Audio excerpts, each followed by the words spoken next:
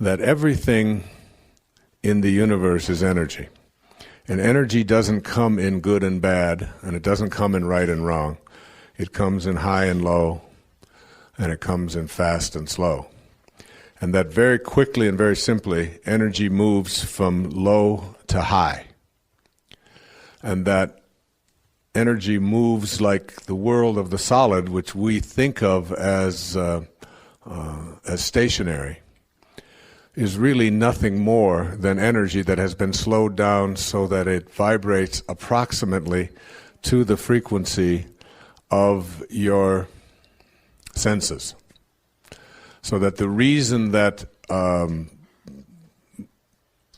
your hand appears to be solid is not because it's solid at all, but because your eyes, which observe it, are vibrating at approximately the same frequency as that which you are observing.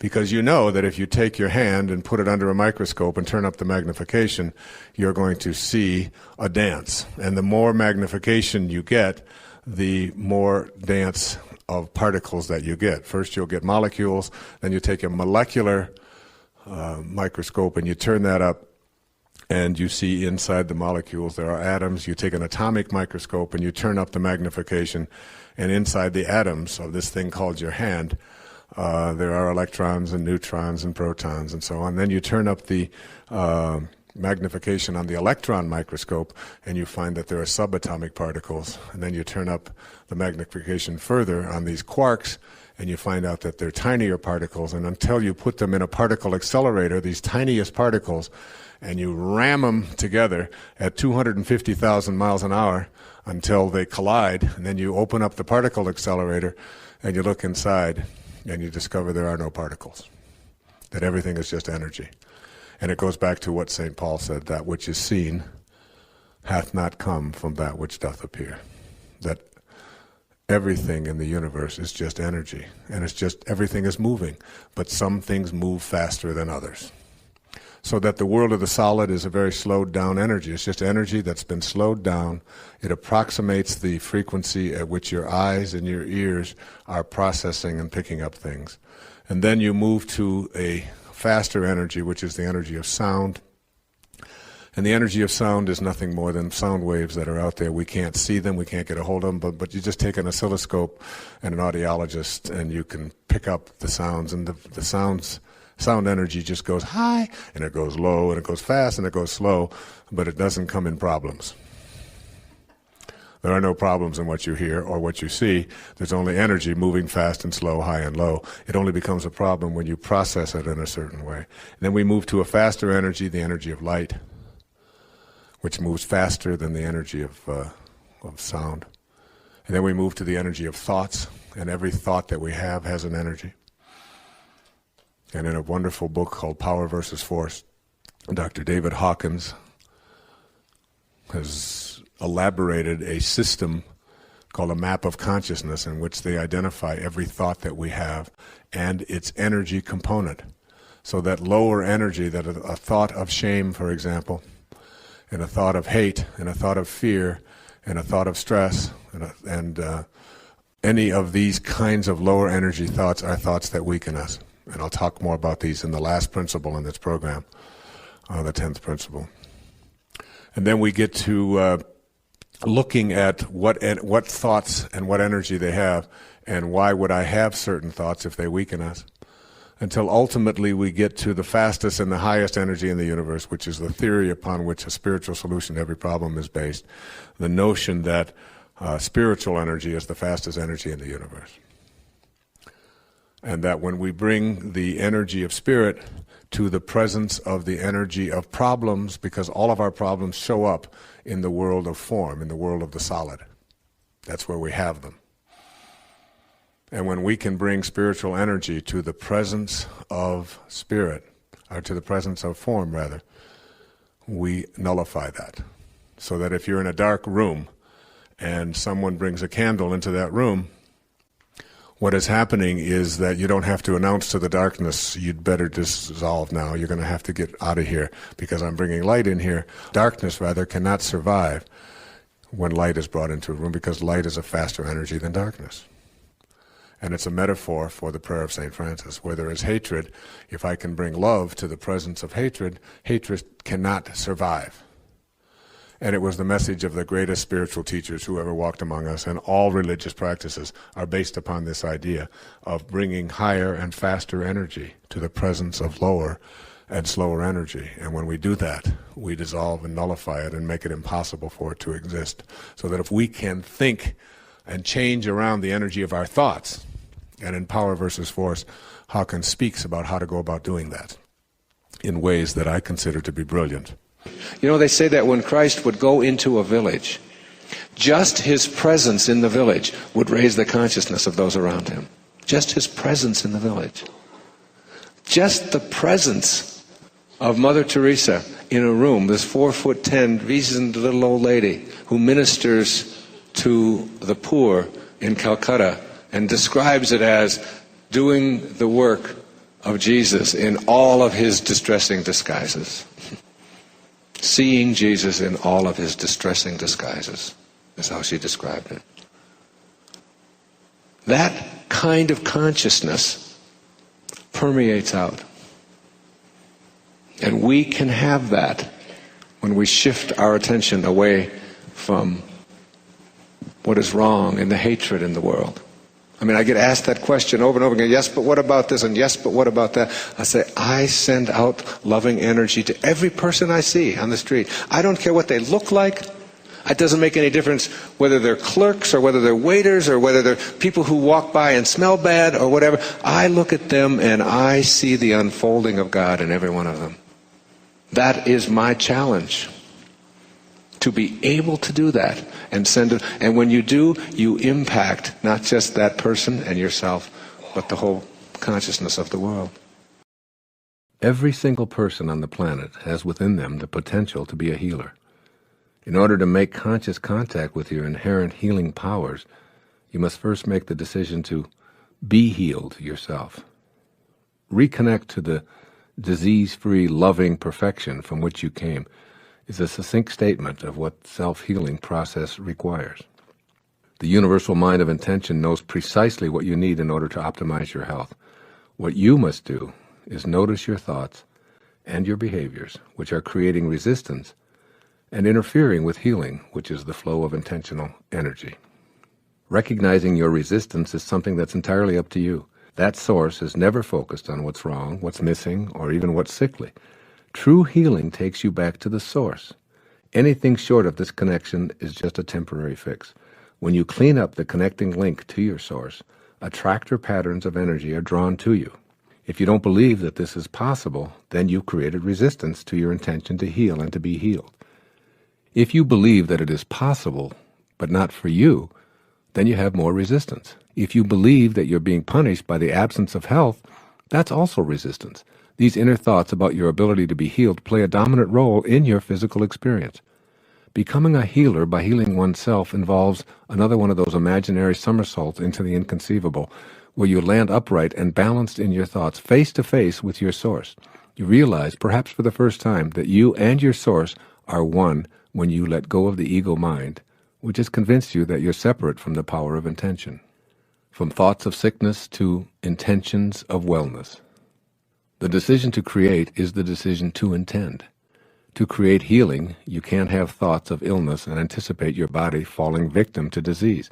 Become aware of the thoughts you have that support the idea of sickness as something to be expected. Begin noticing the frequency of those thoughts.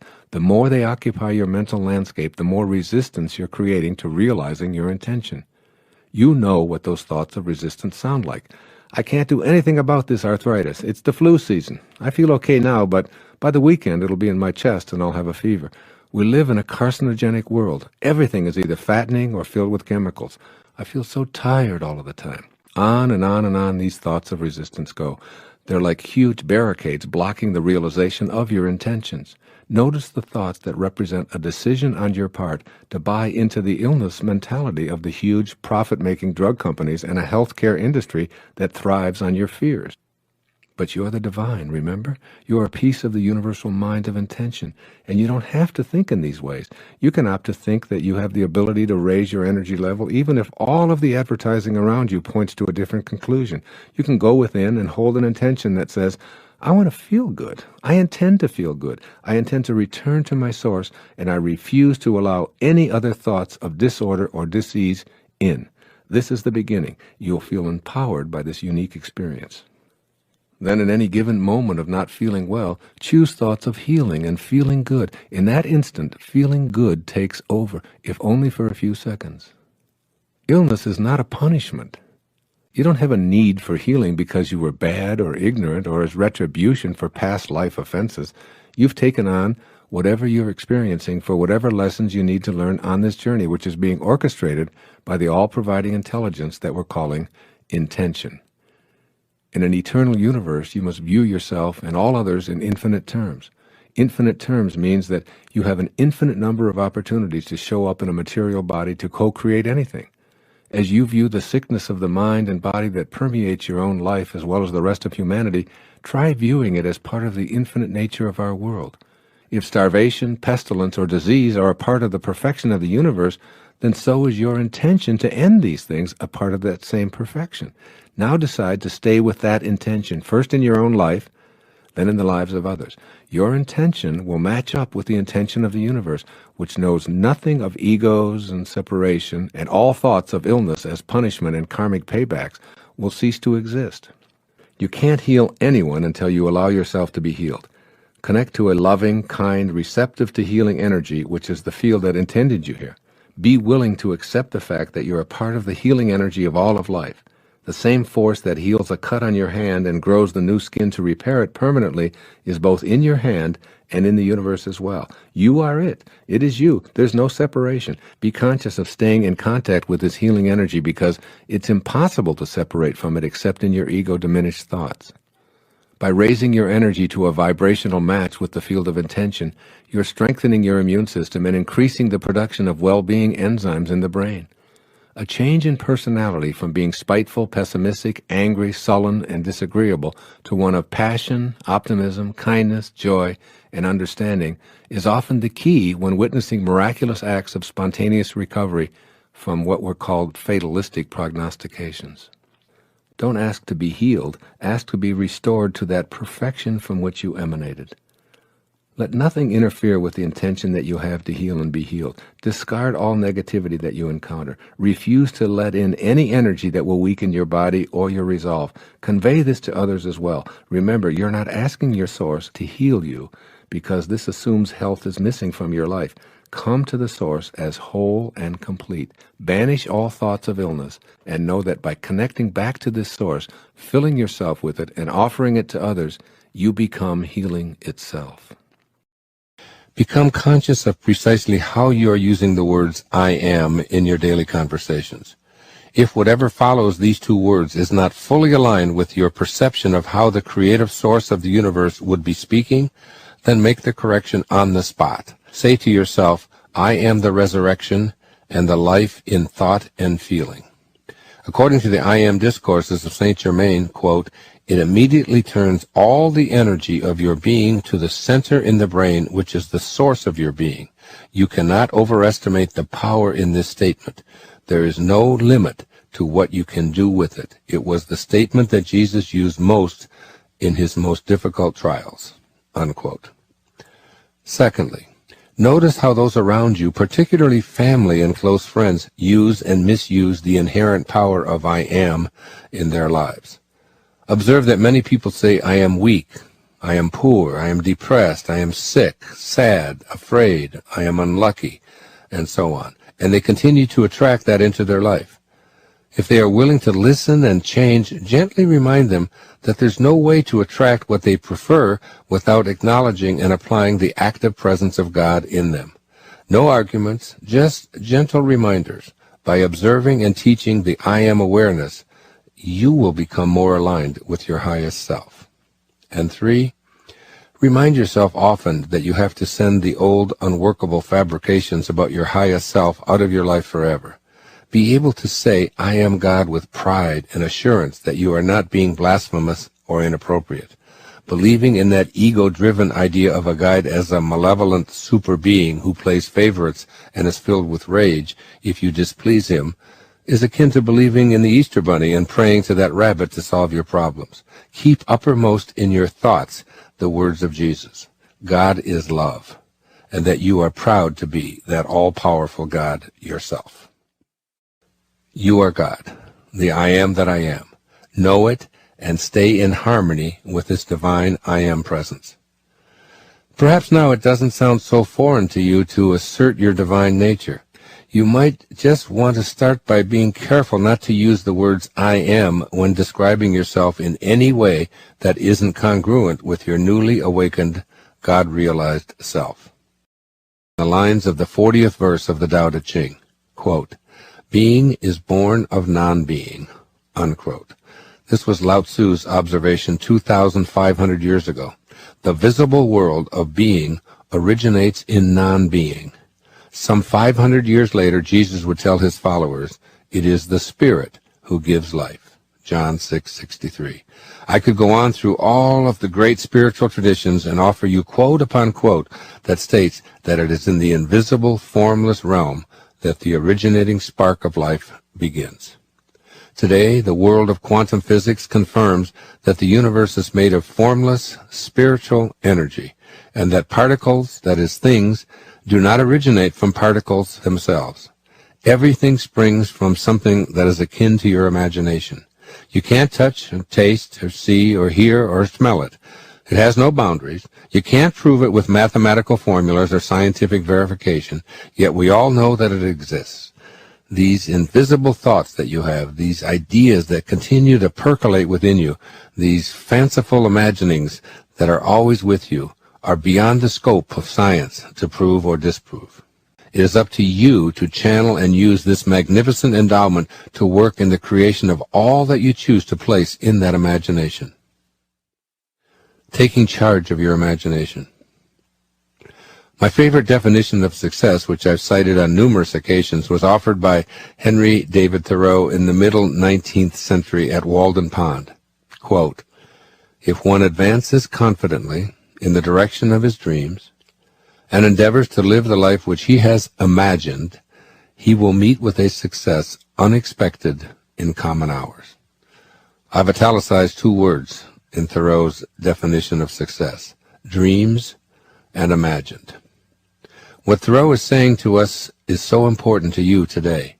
Be willing to dream and imagine yourself becoming all that you wish to be.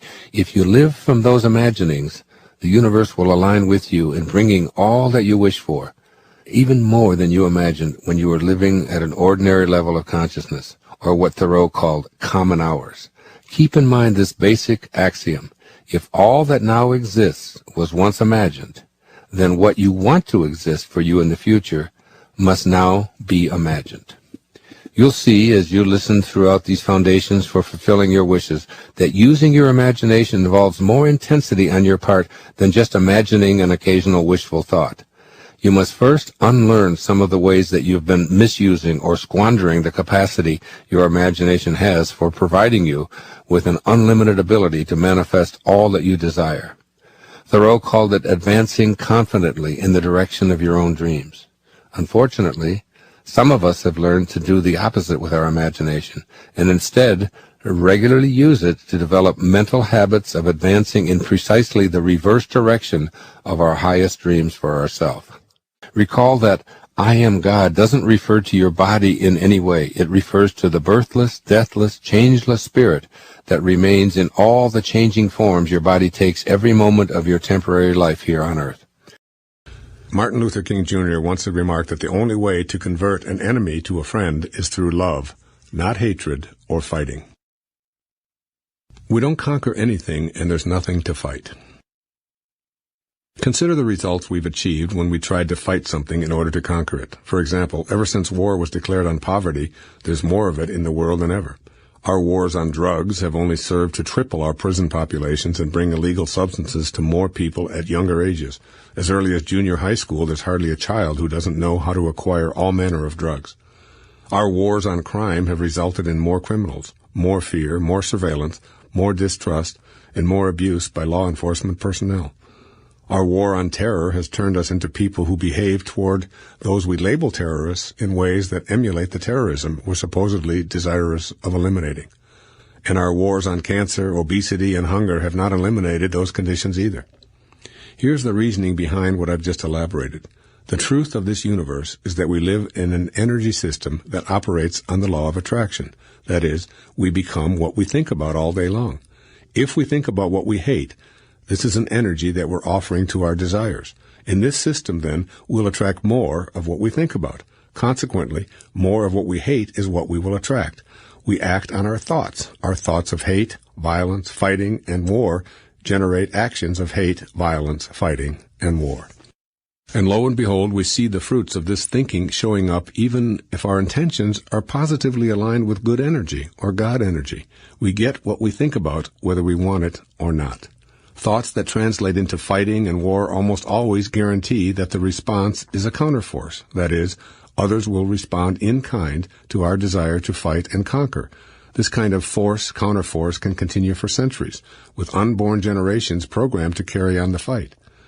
This same understanding of how fighting weakens us and generates more imbalance in our lives is applicable to our experience with addictions. We can become addiction-free relatively quickly if we make a decision to eliminate fighting and conquering from our efforts. The thoughts and energy that replace fighting need to be in the form of non-warlike thoughts. As Emerson said so succinctly, the remedy of all blunders, the cure of blindness, the cure of crime, is love. And addictions constitute one huge blunder. I can assure you, having spent a great deal of my life immersed in such folly myself. Overcoming blunder-filled thinking. For those of you who may not be familiar with my friend Ram Dass, in the late 1960s, he helped shape the awakening consciousness of an entire generation with his bestseller, Be Here Now. One of my favorite Ram Dass stories is the one he tells about an early encounter with Neem Karoli Baba, his guru in India. Ram Dass brought some capsules with him to India that were designed to dramatically alter one's state of consciousness. Neem Karoli Baba confronted Ram Dass about these pills and asked him to give all of them to him. Ram Dass thought that he'd brought a long-term supply of this very powerful psychedelic substance, yet he watched in horror and amazement as this enlightened being swallowed all of them right before his eyes with no visible reaction. His guru then asked him if he had any more, since these obviously weren't working. After telling this story, Ram Dass concluded with one of his most sagacious observations. "If you're already in Detroit," he said, "then you don't have to take a bus to get there."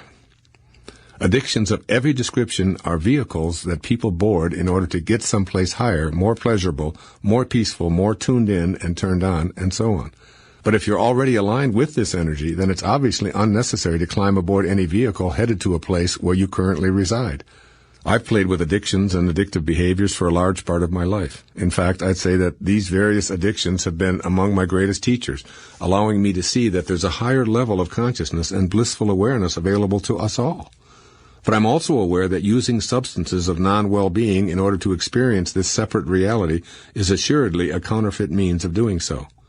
I'm essentially addiction-free, and I want you to know that I didn't get to this place by fighting my addictive nature. In fact, the more I tried to conquer addictions at various stages of my life to things such as sugar, soda pop, caffeine, nicotine, alcohol, and certain drugs, the more they'd gain a foothold on me. Force, counterforce. I'd apply my weapons, and they'd bring out their artillery, with my body as the battleground where the war was being waged. I was blundering my way into deeper addiction. Earlier, I quoted Ralph Waldo Emerson, who said, "The remedy for all blunders is love." Second verse of the Tao Te Ching. Quote, "Under heaven all can see beauty as beauty, only because there is ugliness. All can know good as good, only because there is evil. Being and non-being produce each other. The difficult is born in the easy. Long is defined by short, the high by the low. Before and after go along with each other. So the sage lives openly with apparent duality and paradoxical unity. The sage can act without effort and teach without words, nurturing things without possessing them. He works, but not for rewards. He competes, but not for results. When the work is done, it is forgotten. That is why it lasts forever." Unquote. Living the paradoxical unity. Has it ever occurred to you that beauty depends on something being identified as ugly? Therefore, the idea of beauty produces the idea of ugliness, and vice versa. Just think of how many concepts in this duality belief system depend on opposites. A person isn't tall unless there's a belief system that includes short. Our idea of life couldn't exist without that of death. Day is the opposite of night. Male is the antithesis of female. What if you instead perceived all as a piece or a glimpse of the perfection of oneness? I think this is what Lao Tzu is suggesting with his description of the sage who lives openly with apparent duality and paradoxical unity. Imagine the perfect oneness coexisting in the apparent duality, where opposites are simply judgments made by human minds in the world of the 10,000 things. Surely the daffodil doesn't think that the daisy is prettier or uglier than it is, and the eagle and the mouse have no sense of the opposites we call life and death. The trees, flowers, and animals know not of ugliness or beauty. They simply are, in harmony with the eternal Tao, devoid of all judgment. As the sage lives openly with apparent duality, he synthesizes the origin with the manifestation, without forming an opinion about it. Living without judgment and in perfect oneness is what Lao Tzu invites his readers to do. He invites our wisdom to combine perceived opposites and live a unified life. The perfection of the Tao is allowing apparent duality while seeing the unity that is reality. Life and death are identical. Virtue and sin are judgments needing both to identify either. These are the paradoxes of a unified life. This is living within the eternal Tao. Once the dichotomies or pairs of opposites are transcended, or at least seen for what they are, they flow in and out of life like the tides. Practice being a living, breathing paradox every moment of your life. The body has physical boundaries. It begins and ends and has material substance. Yet it also contains something that defies boundaries, has no substance, and is infinite and formless. You are both the Tao and the 10,000 things simultaneously. Let the contrasting and opposite ideas be within you at the same time. Allow yourself to hold those opposite thoughts without them canceling each other out. Believe strongly in your free will and ability to influence your surroundings, and simultaneously surrender to the energy within you. Know that good and evil are two aspects of a union.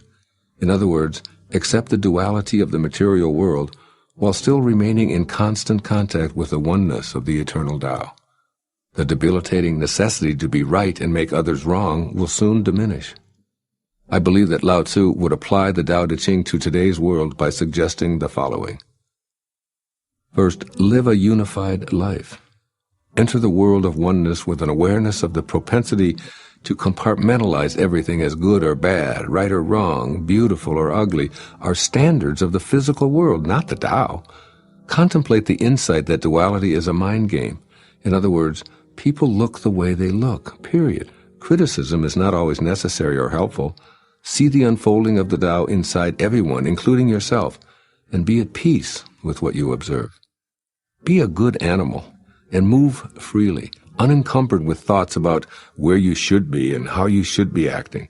For instance, imagine yourself as an otter, just living your otterness. You're not good or bad, beautiful or ugly, a hard worker or a slacker. You're simply an otter, moving through the water or on the land freely, peacefully, playing and without judgment. When it's time to leave your body, you do so, reclaiming your place in the pure mystery of oneness. This is what Lao Tzu means when he says, when the work is done, it is forgotten. That is why it lasts forever. In other words, you don't have to leave your body to experience forever. It's possible to know your eternal self even in the embodied condition. When duality and judgment crop up, allow them to be a part of the perfect unity. When other people create dichotomies, you can always know oneness by practicing the Tao. Also, accomplish much by trying less. Effort is one piece of the whole. Another piece is non-effort. Fuse these dichotomies, and the result is effortless action without attachment to outcome. This is precisely how you dance with someone. You make an attempt, assume a position, listen to the music, and let go all at the same time, allowing yourself to easily move with your partner. Combine the so-called opposites into the oneness of being without judgment or fear. Labeling action as a fine effort implies a belief that trying hard is better than not trying. But trying itself only exists because of beliefs about not trying. Attempting to pick up a piece of trash is really just not picking up the trash. Once you've picked it up, then trying and not trying are irrelevant. Understand that you can act without the implied judgment of words such as effort and trying. You can compete without being forced to focus on outcome. Eliminating opposites paradoxically unifies them so that it is unnecessary to identify with one position. I imagine that in today's language, Lao Tzu would sum up the second verse of the Tao Te Ching in these two simple words. Just be. Do the Tao now. Yes, ma'am. What is your first name? It's Dana. One of the challenges that I have in my own personal development is that I love what you say. I want it. When I get challenged, I find it difficult for my heart. How do you get your heart and your brain to be congruent? Thanks. That's a great question. You get your heart and your brain to be congruent the same way you learn to hit a backhand in tennis. The same way you learn how to play a game of chess. The same way you learn how to set your VCR. The same way you learn how to meditate. You do it not just with practice, but you do it with a commitment to it. And when you have a commitment to it, you are raising your energy level. And I'll speak a lot here in this program about energy and energy levels. And very often the reason our heart is not congruent with our thoughts is because we allow ourselves to become immersed in lowered energy fields. And we allow, people say to me so often, what you say sounds great, but you don't know what it's like to be in my family. You don't know what it's like to be around my children. You don't know what it's like where I work. I'm in a world which is, noisy, which is rude, which is filled with hatred and so on. What do I do about that? And I always say, who were the most influential people that ever walked on this planet? And what did they have to teach us? That's what you want to go to. What did Jesus say to us? What did Moses say to us? What did Buddha say? What did Muhammad? These weren't just great teachers. These were people who lived at a higher energy field, who sent love in response to hate, who sent joy in response to sadness, who had forgiveness in their hearts as the only thing that they had to give away. You practice that. You practice it, and you stop yourself when you find yourself moving. It's like with the backhand. When you go to hit your backhand and all of a sudden you hit one and it goes over the fence, you don't keep doing that. You don't just keep saying, well, I just can't help it. It just keeps going over the... You stop and you make the correction instantaneously, at the moment. And if you start to practice it before long, it doesn't take very long. It's like I told you about the woman who was the prostitute up in Seattle. I mean, she made a decision that she was no longer going to be a victim in her life, and she was no longer going to be, and she was addicted to one of the strongest substances and she changed overnight, and she's never gone back. She made a heart connection. And I always say, I repeat the prayer of St. Francis every day, 2 or 3 times a day. And when I repeat that prayer, Lord, make me an instrument of thy peace. Where there is hatred, let me sow love. Where there is injury, pardon. Where there is doubt, faith. Where there is despair, hope. Where there is darkness, light. Where there is sadness, joy. Those are 7 chapters in Spiritual Solution to Every Problem. And he said, "O Lord, grant that I may not so much seek to be consoled as to console, to be loved as to love, to be understood as to understand. For it is in giving that we receive, it is in pardoning that we are pardoned, and it is in dying to self that we are born to eternal life." I just repeat that, and there's such energy in that. Eknath Eswaran taught me about the energy in that prayer. He said, carry it around with you. Carry that around with you. Just keep it in your pocket. It's right here in my pocket. I always have it with me. and the energy is always there. And it's just a very subtle kind of reminder. And the other thing I would say about keeping congruence is to turn it over to something that you're connected to, but that is higher than the energy of your thoughts. Turn it over to God, in other words. Just turn it over and watch and see what happens. Are my wishes in alignment with my highest self? This principle invites you to choose which possibility you identify with and to live as if it had already occurred.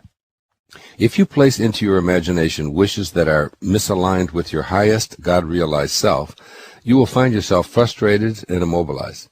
God is love. If your aspirations in any way are outside of this mantra, you will feel lost and you will not succeed. If God is one, then God is incapable of being divided. If your desires involve conflict for yourself or anyone else, then you have brought two into the picture. That is yourself, as well as the second party who might be harmed by the fulfillment of your wish. God being only oneness wherein all things are connected, and God, your highest self, being love, cannot even recognize the dichotomy that you bring to the picture. If God acknowledged a desire that would bring harm to anyone, God wouldn't and couldn't be God. How could that which is all one recognize two, which is needed in order to have conflict, and still be God?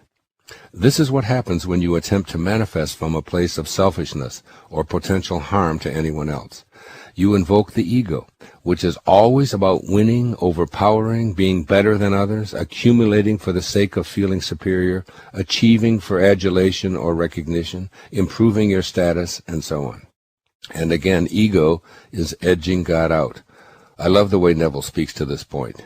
Quote, "You never draw out of the deep of yourself that which you want. You always draw that which you are, and you are that which you feel yourself to be, as well as that which you feel is true of others." Unquote. So in this manifestation activity, the secret is to feel yourself as already being and having what you desire, and to keep the entirety of it all wrapped up in a spirit of love. By all means, place into your imagination the idea of living a prosperous life. But this in no way implies from a God-realized position that you desire a fancy watch, a luxury automobile, a large infusion of cash, a palatial home, or anything else that is for the purpose of elevating your position among your peers. This immediately involves conflict, two-ness, you and those who you are attempting to impress with your being in some way superior. Staying aligned with your source of being means no one is in any way better than anyone else, regardless of the monetary value of their stuff. Can you ask out of love, live and feel as if what you desire is already a present fact, and then allow the universal source of all to provide with no concern about appeasing the demands of your ego? If demanding and insisting is your style, do it from a place of pure love. Be willing to give it all away in the name of that love. Stay in that place of pure humility. If you desire to purify your body and live from a disease-free place of perfect health, simply assume the feeling of love throughout your body and live as if it were your reality.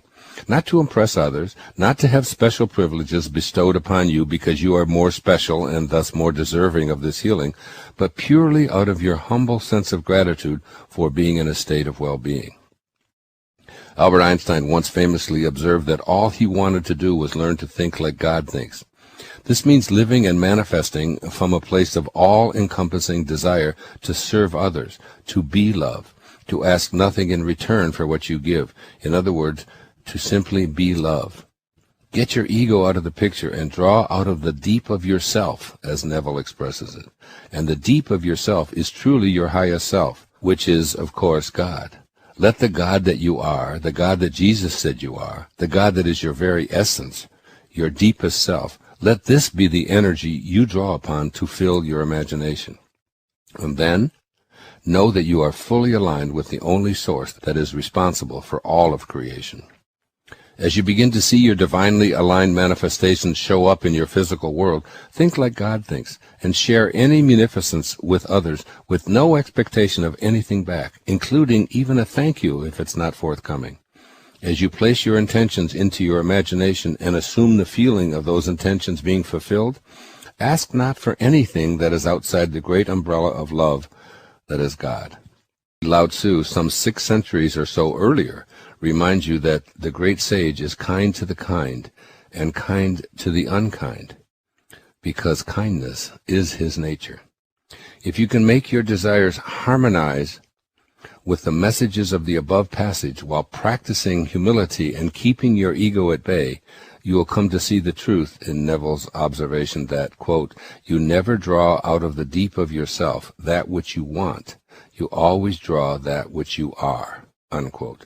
The key here is the deep of yourself. That is your highest self. When you are looking for an honest opinion, when you really want help, you're going to go to a person who is not afraid to tell you the truth. And while you know who the people are that you can go to when you want to be stroked, or when you want to be made to feel better, when you need help, and you need an honest, straightforward, truthful answer, you'll respect strength, not weakness. Weakness is making somebody, saying the thing that makes somebody else feel good. Strength is operating from integrity, from authenticity, from honesty. And people respect that. I know in my own life when I really want to know what it is that I can do to improve something, I know that my wife isn't afraid to tell me that. There's a lot of people who are.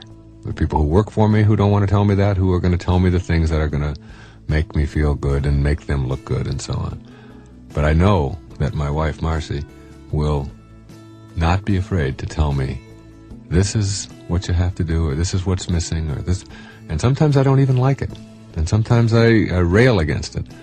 But I always go to her when I want help or when I want assistance, because I know that she's not afraid to tell me the truth. Operating from strength really means operating from effectiveness in your life. It's almost like you have to develop a code of non-victim ethics for yourself that says, I am a valuable, important, significant, divine creation. I am here for a very short time. While I'm here in form, in the physical body that I'm in, I am entitled to fulfill the purpose or the destiny that I have been assigned while I'm here. I believe in that I'm here for a purpose. And I'm going to get my life on that purpose. And anyone or anything that gets in the way of that, as long as I can behave towards them in a moral and just and honest way, I can say to myself in my moral code of ethics, you do not have a right to interfere. No one has a right to interfere with anyone else's right to live their life the way they want to. No one. As long as you're not hurting anybody else in the process of operating from strength, as long as you're not interfering with somebody else's right to do the same, then whatever it is that you're doing is perfectly all right. You have to be what I think of as quietly effective. And the way that you are quietly effective is you do not teach people not to victimize you with words. Let me emphasize that. Words are not the tools of the quietly effective person operating from strength.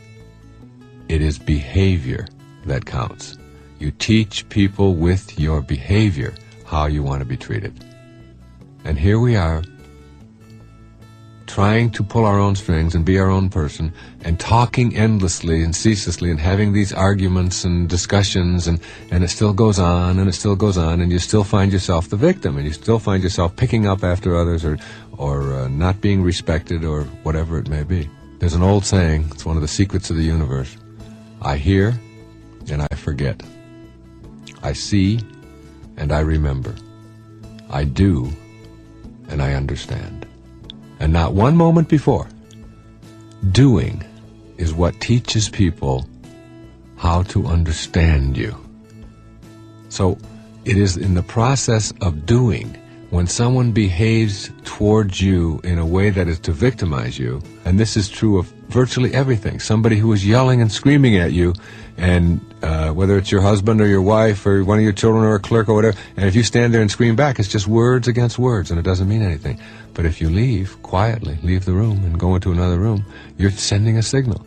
I am too dignified and too valuable and too important a person. I think too much of myself to stand here or sit here and take that kind of abuse. So I will be leaving. And you don't have to say those words. You just do it. And in every single expression wherein you are victimized through conversation or through words, there is a way to teach people with your behavior that you are a person who operates from strength rather than weakness.